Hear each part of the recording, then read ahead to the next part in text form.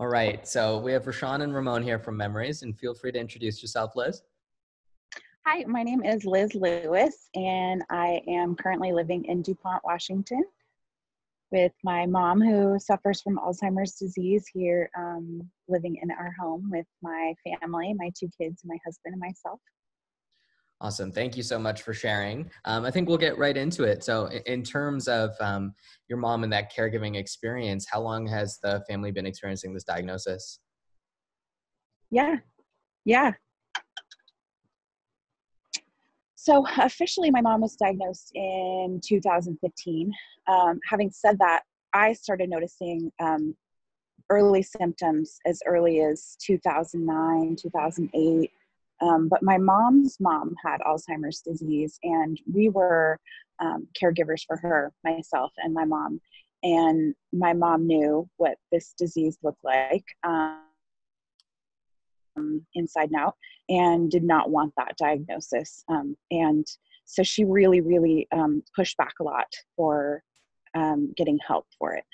But in 2015, I had done, a lot of research on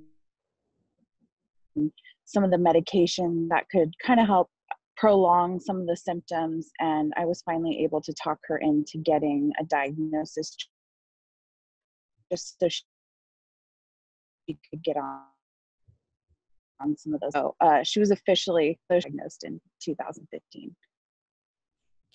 Okay, so in terms of your current caregiving experience for your mother, how do you feel the responsibilities are shared within the family? How does having family support help you out?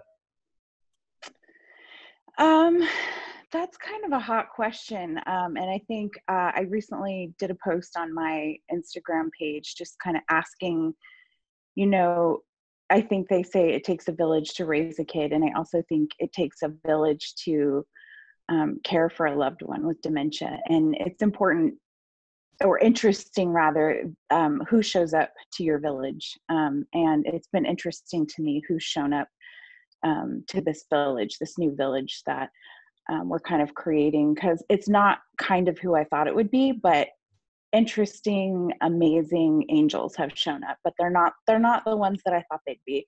So there's family members that have definitely disappointed me. But then there's some amazing friends and family who I really never thought would show up that have shown up. So it's kind of an interesting thing when somebody gets terminally ill, but it's a long, drawn out terminal illness. A lot of people forget about you. And as a caregiver, it can become an incredibly isolating, lonely place to be. And more than anything, because especially the point where my mom is right now, she's nonverbal, and you don't get a lot back from her when you come for a visit. But kind of what I try to convey is, I'm lonely. I need a visit. So, and especially with the pandemic going on, I'm trying to stay safe. To keep my dad's also in the house, so to keep my parents both safe, and my kids, and just our family in general. So I don't go out much. So, just conveying to loved ones that, hey, we need you right now. And, just coming by to support us and to let us know that you haven't forgotten about us. But I would say I have been a little bit disappointed in the support that we've received. Okay, no, thank you for sharing. And I think there's a couple of ways that we can go off of this. First, perhaps I would say in terms of the family aspect and that Yeah. efficacy of support. What do you think are maybe some of the driving factors? And I wonder how the generational aspect of this disease that it's had on your family so far, how that plays into Yeah. the caregiving equation. Yeah. So I think, when I'm the youngest and I have three older sisters, and I think that they were all older and kind of moved on when my grandma had the disease. And so I was around a lot for my grandma's disease and caregiving, and they weren't. So I saw a lot of what it took and what my mom put into her caregiving. So I think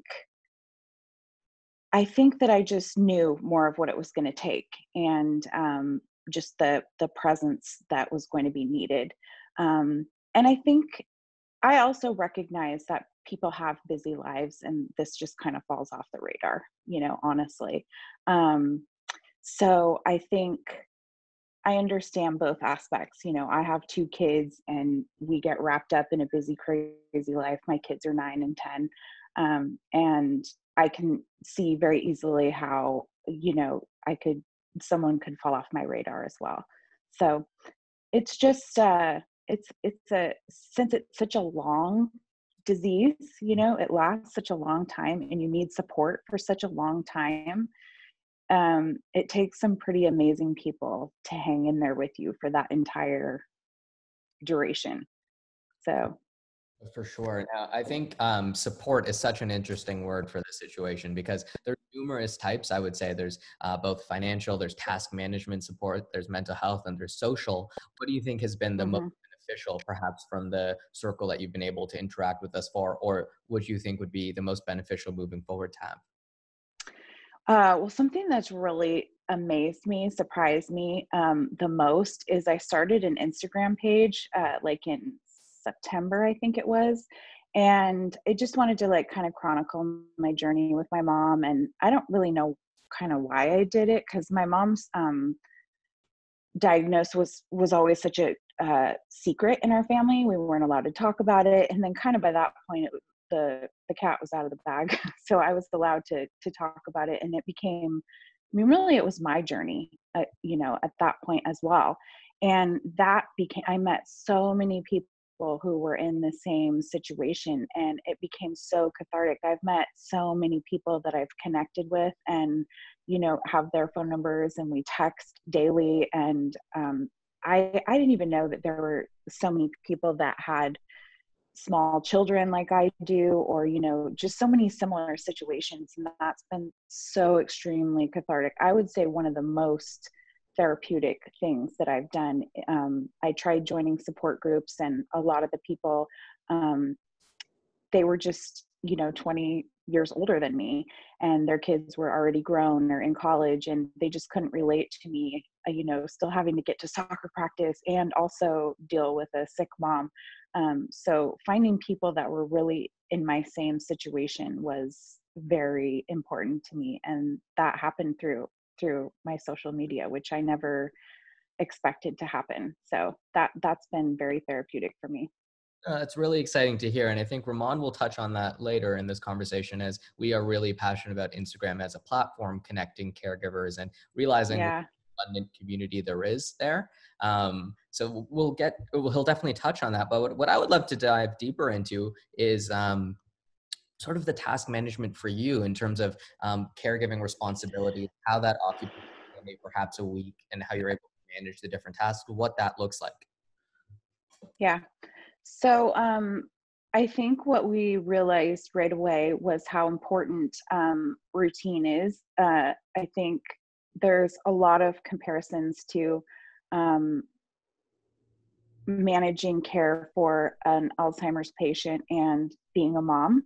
So I notice, my mom's is not able to speak anymore.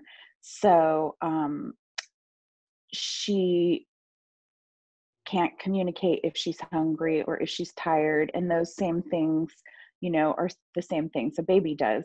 And it wasn't so long ago that my kids were babies, and so you realize, okay, you have to establish a routine so they're not hungry, they're not tired. And those can kind of make life a lot easier for both children and Alzheimer's patients. And so when my mom moved in here, it was really important to me from the very beginning to establish routines. And we did that right away. And I do have help from caregivers. Um, and I call them my angels because they really are. And I don't think I could do what I'm doing without them. Um, and I know that a lot of people that are doing what I'm doing aren't as fortunate to have caregivers in the home. So I recognize that I'm lucky to be able to have that help. But together we established what time she's going to get up, what time she's going to eat, exactly what time her pills are going to come. We do walks outside, we do just outside time in general, just everything kind of happening around the same time, so that my mom kind of internally or in some way kind of knows what to expect. Um, and any throw off to her schedule, we'll know about it. Um, so I think that's helped a lot. And we did see a big adjustment period in bringing her home. There was 6 weeks that were really tough, and now she's definitely settled in, and I think she feels at home and feels at peace. And um, I think it's a good fit. So yeah, in that caregiving aspect, I think it's just, in order to juggle everything you have to do as a mom and a caregiver, it's paramount to have a routine. I think that's a really interesting point to bring up, because typically what we discuss and what's been cited in literatures is that the dual role that caregivers face of being a care provider as well as a family member, which is Hmm. asking in itself, but at the same time, you're also a mother and you're raising two children in this caregiving equation. I'm wondering sort of how parenting comes into play, perspectives that your children have had in that experience, since it's similar to maybe something that you grew up in, and how that relates Hmm. to grandmothers taking place. Yeah. You know, I think watching my mom take care of my grandma is the reason why I am doing what I'm doing. And um, care home. And when COVID hit and we weren't able to visit my mom anymore, my mom started declining extremely rapidly. And it was kind of just a no-brainer to bring her home. And I tried to prepare my family the best I could, but just really, it was the right thing to do. It was the only thing to do. And my kids are just amazing with my mom. And I think that, to me, especially with school being out right now due to the pandemic, I think that they're learning all kinds of amazing life lessons that they could never learn in school. They're learning compassion and love and how to take care of other people. And, we kind of, when friends will come over, they have to explain to their friends, my Nana has special needs, and this is how we take care of her, and this is how you have to act around her because loud noises might scare her. Or I think that these lessons are every bit as important as anything that they could be learning at school right now. So balancing being a mom and caregiving, I kind of try and mesh the two, and have my kids help me. And they do help me. There's times when, hey, can you feed Nana breakfast while I'm changing her sheets? And they will. And then when it's time to, take one of them to do a special thing where we're out of the house, then I make sure that that's totally separate. And I make a special, try and do a special flip in my brain where I try really hard not to talk about her or think about her, and that I'm just really present with the child that I'm with. And it's an effort. So, I'm doing my best. It's hard. Absolutely. No, thank you for sharing. I think I'd love to transition to learn a little bit more about your mother's experience right now, in terms of perhaps if you're able to gauge what a good day versus a bad day might look like for her in terms of engagement or other, Hmm. how you're able to accommodate for that. A good day or a bad day for my mom? Yeah. So, she is still experiencing, she's pretty nonverbal at this point, but she has a lot of emotional days to where she'll wake up crying and not be able to stop crying, and that would be the start of a bad day. um, and then we're having a lot of decline each day. So I always say that it's like a little bit of her is gone every single day. We're losing a little bit of her every day. It's one day, um, she just, you'll have to remind her to chew. And then the next day, she's not bearing any weight at all anymore. And so we have to get a lift. All these things that I didn't even know existed, we're having to bring into our home. She's now in a hospital bed. She's now on hospice. Um, so each day is a little bit different than the day before. But a bad day is when, I would almost say, is a bad day is when I'm not able to react to what's going on in a healthy way. I would say it's almost like her days are always the same, but a bad day is when I'm not able to handle it well, if that makes sense. That makes a lot of sense. I think, I guess another point that I'd love to learn a bit more is perhaps from initial diagnosis and leading into that versus now, perhaps function and whether there was periods of rapid decline as you're mentioning, or what the different stages were like for you and for her. Yeah. So my mom was very private. I was the only person who she would talk to about it at all. And we spent a lot of time together because I would come over when my kids were at school and I would help her with all the things that she was starting to lose, with I would take her to all of her appointments. And then when she was starting to get nervous driving, I would take her on errands and all of this kind of stuff. Um, and then things were just kind of rolling along. And then about a year and a half ago, we had just been on a vacation. Everything was totally fine. And then I took her to a routine dental cleaning, everything again, normal day. And we got out from the routine dental cleaning. They hadn't used any medication or anything. And she looked at me and she said, "You never did tell me." And I said, "Tell you what?" And she goes, "Who you were."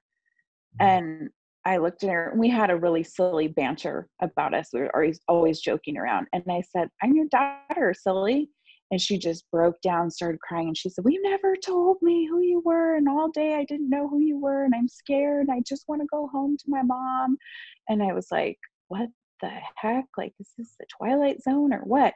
And so I was barely able to coax her to get into my car. And unfortunately, it was an hour away from her home. And the whole way home, she was just terrified, like just cowered into the corner of the car, asking me all these questions. Do I have other children? Am I married? Where do I live?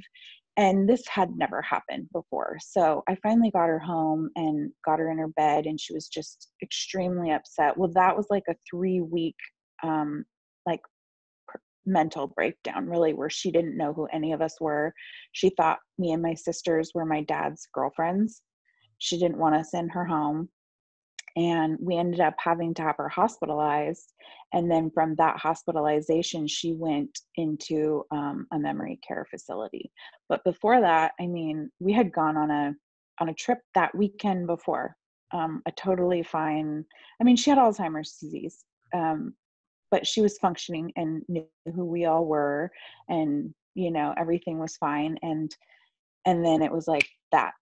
And then the exact same thing happened through COVID, during this COVID thing. The exact same thing where she went from walking, talking, singing, dancing, clicking her heels to wheelchair, hospital bed, barely able to chew or eat, isn't talking, doesn't know who anybody is. Again, just like that. So she would go plateau, plateau, dip, plateau, plateau, dip. And so she was the same for many years, and then has had those 2 major dips. Okay. So that's been our experience. Okay. And I think this may be a bit personal, but and feel free Yeah, to not answer. But I think going through an experience like that myself and continuing to go through this, as you are, I think yeah. something that I would primarily feel in those situations and most is fear. And I'm wondering what perhaps an overwhelming thought you have is, or an emotion, whatever that is. For me, I assume it would be fear, or what it is for you and how you deal with that on an everyday basis. Well, yeah, I mean, I have a lot of fear for my own health. Alzheimer's being hereditary. Um, I do feel empowered in a lot of ways that, I know that there's a lot of things that can be done to, with epigenetics, as far as, controlling your diet and exercise and sleep and meditation and those kinds of things. That it's not just a guaranteed diagnosis if it's in your bloodline. So I do feel good about that. Um, but the fear now, honestly, which may sound crass, is just that my mom has to be in this body now. That's the fear now, because my mom never, watching her mom go through this was her worst nightmare, is where she's at now. So my fear now is that she has to be in this shell, really, that she's in now for um a long time. That's my fear now. I know that sounds horrible, but she has no quality of life. Yeah, I don't think that's It's crass at all. I think it's a very real thing to express, because a lot of, for example, end of life care decisions happen in a hospital settings. Things happen very acutely, and there's decisions that need to be made. But this almost gray area of living with a quality of life altering disease for the foreseeable future, mhm, with various stages of mhm. decline, you're never really unsure what the next day will bring, but you know what's happening to your loved one. You can see it. Right. So I think that's probably a sentiment that a lot of people share, and are trying to work through. Yeah. So that's one of the main reasons why we want to do these interviews, for sure, is to be able to have Yeah. conversations like this. So no, I appreciate you. Yeah. And I think we'll take a transition Yeah. into tools and support and things that help you, and things that you may be looking forward to in terms of tech and other ways to Yeah. support the caregiving experience. So I'll throw it over to Ramon, Yeah. who leads our social strategy, Okay. and go from Okay. Yeah, Okay. Thank you. thank you so much for sharing so far. It's been really touching to hear your story. I know Yeah. you mentioned earlier that Instagram has been a really big part of how you were able to find a community in the caregiving space. Yeah. So I was wondering if you could maybe touch on that experience and how it's helped you in the past and how it's currently helping you. Yes. So I just kind of did it on a whim, just because my mom's diagnosis was always a secret. And so kind of when it wasn't a secret anymore, and I felt like I could share it, because really it's part of my story, and it's a big part of who I am and what I'm doing in my life right now. And once I was able to start sharing it, and I saw how many other people were out there with very similar stories, it was really cathartic, to start connecting with these people. And there's been several people I've connected with, that are just absolutely amazing.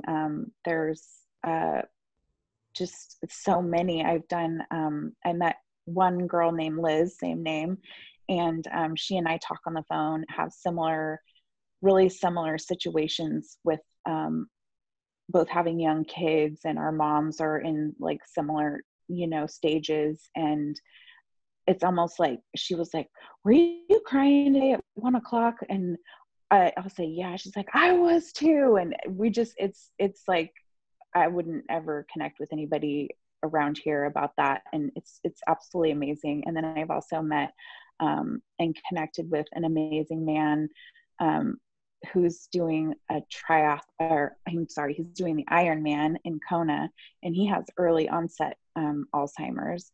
And I find him just to be an inspiration every single day. I follow his journey, and we message each other every once in a while. And I just think he's absolutely amazing. Also through my, Instagram, I was able to meet Maria Shriver, who's a pioneer for women's health in general, but also for, um, prevention and just overall knowledge about Alzheimer's disease. And that was an amazing experience. So if I hadn't started my Instagram page, I never would have had all those amazing experiences. And they continue to happen every day, just like meeting you guys. So it's almost every day I connect with somebody new, and it's a distraction, and it's also, it's helpful for me to, it's helpful for me to find this support in a different way, which I never would have found it otherwise. Thank you for sharing that. I think it's amazing that you're able to find that support remotely. And I imagine that it's especially useful during a pandemic when you're not able to go out and physically Yeah. people still having this feeling of connection. Yeah. I guess my next question would be, outside of individual caregivers or people who have these experiences, are there any organizations putting out content that would be useful to you that you find is really helpful or supportive? And if there aren't, are there any specific content ideas that you'd want to see from organizations like Memories that we could do to support caregivers like yourself? That's a good question. I don't know. I just recently signed up for a one-on-one coaching for people in the sandwich generation like myself. Like it's like a 6-week session, which I'm really excited about, to kind of help me manage my time better between being a mom and being a caregiver, which is something that I struggle with. But other than that, I mean, any kind of help is helpful. When I looked into local support groups, they were all full, and like I said, I did go to one, and it was all people that were considerably older than me. So even like online, any kind of online support that can connect alike people, that are going through the same thing. I think that is really helpful. Even now, where it can be done through Zoom or remote, sources, I think is really helpful. Just, oh, you're going through that. I thought I was totally alone. So I think that would be really helpful. For sure. Well, thank you for that feedback. Yeah. We just yeah. would love to hear that so we can have ideas for what we can put out to be supporting people in the caregiving community. Yeah. I guess my next question would be about the caregiver support groups that you had previous experiences with. So when you first found out, or when you first started to think that your mom had Alzheimer's, but it was still secretive in their family, like where did you go, or what sort of resources did you first go to try to get support, get information, get answers, like in those very beginning stages? Yeah, in the very beginning stages, I probably just didn't get much support. I probably just, my poor husband had to listen to it all the time. I did reach out to the Alzheimer's Association a few times, and again, found their limited support groups were mainly older groups. And that, there wasn't a lot of, I didn't know where to look. I guess that's my main thing. I just didn't know where to look. So maybe more just readily available places that would be really easy to find. Cause I know my time is like so limited. And when I'm at the end of the day, I'm so zapped. I feel like I have absolutely nothing left to give anyone. And so my husband will ask me a question and I'm like, I'm so tired. I have nothing left for anybody. I turn on my reality TV and I'm like, don't you see I'm in Beverly Hills right now with the Real Housewives? I think a great point for me to hop in here quickly and to ask you about. So at that exact period, at the end of the day, I think resetting and giving yourself enough energy to tackle the next day all comes down to self-care. And that you have, if you mind describing that, or sort of what you practice.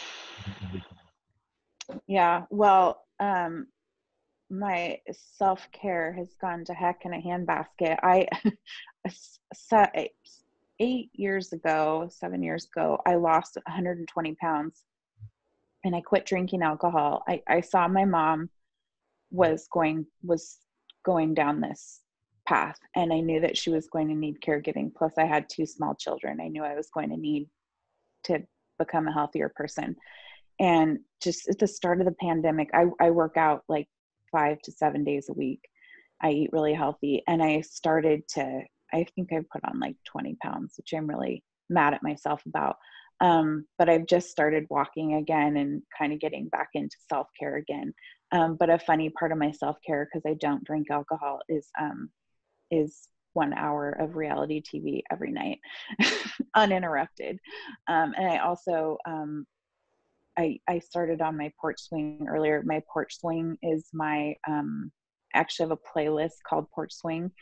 And I just play like really meditative music, and my kids know not to, they just walk right by. If I'm on my porch swing, I have a eye mask that I put on, and I lay out there, and that is 15 minutes is all I need. That's a really good space for me just to chill. My bathtub. I have some hiding places that I can go to when I know that my mom and my kids are both safe, that I can go and just reset, because I do think it's really important. But our gyms are still closed here, and that was my safe place, my outlet. Like, I would go and just go crazy at the gym every day. So now that that's kind of been taken away, I'm kind of trying to figure out how to get that same high, or that same outlet. So I'm waiting for the gyms to open up again. It's interesting that you brought up the porch swing, and you have a lovely one, which we saw at the beginning of the video. It's Yeah, thank you.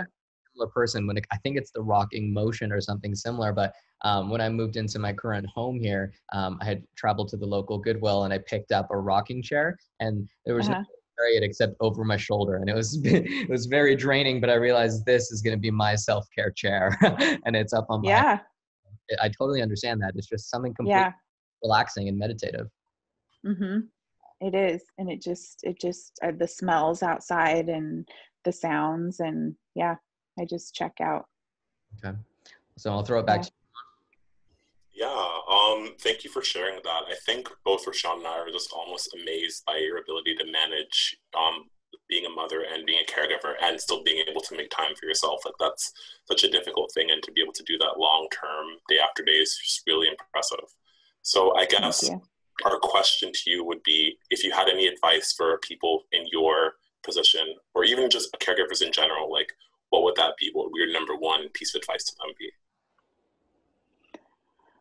I have had to continually ask for support, and it's hard to ask for help. It's hard to ask for support, but you just have to keep doing it. And like I said, it shows up in really odd places, from people you never expected. But I've made some really beautiful friendships from people that I never expected to show up at this time in my life. And you do have to ask for help, because people just aren't going to show up. As much as you'd like to think that they will, they don't. And that would be my number one piece of advice. My number two piece of advice is, if you're married, to really try and stay connected to your husband, because they can become not even second, third, or fourth, fifth fiddle really easily. And I was able to go on a little 3-day trip with my husband last week, and it was absolutely amazing. And he's the backbone of this whole thing. I could not do this without him. And also just, again, to take a walk, or find a place where you can put some headphones in and just disappear for even 15 minutes, because it is really important to not lose yourself, lose who you are. But those would be kind of my top things that I would recommend. Awesome. And just to be mindful of time, I think I have one final question, and this is more tech related. So this is with us as a company. What we want to do is make tools for caregivers and care receivers to help them with their journey. Transparency. Something that we have been exploring more recently is a tool specifically for caregivers, where you have the opportunity to input activities that your loved one may need to do in the day. Let's say take medications, eat their meals, go on any walks or anything of the sort, and then have those notifications sent to you throughout the day, reminding you to ensure that they have completed those tasks, that you have checked in with your loved one, and then speaking with our conversational chatbot for mood support to understand how you're feeling. To track what you're feeling over a week, over a couple of days, to understand trends of your own thoughts and provide some support that way. Something we're toying with, and I'm wondering if that's something you may see value in, or how you would improve upon a feature. Yeah, I think that sounds cool. That sounds like something that, you know, like we talked upon at the beginning, just how important routine is for this particular disease, and keeping the patient calm. I do think that that would be something that would be helpful. Okay. Okay. Awesome. Yeah, Well, thank you for that. And I think, do you have any final questions for us before we wrap up? I don't. No, not that I can think of. Okay, amazing. Well, thank you so much, Liz. And I hope everyone listening has had the opportunity to really be inspired by a resilient story here of generations of caregivers within your family, and Yeah. coping with this disease and really making the most of it in a very real way. So I appreciate you taking the time. Thank you. Yeah, thank you. Nice to meet you. Thank you so much, Les. Okay.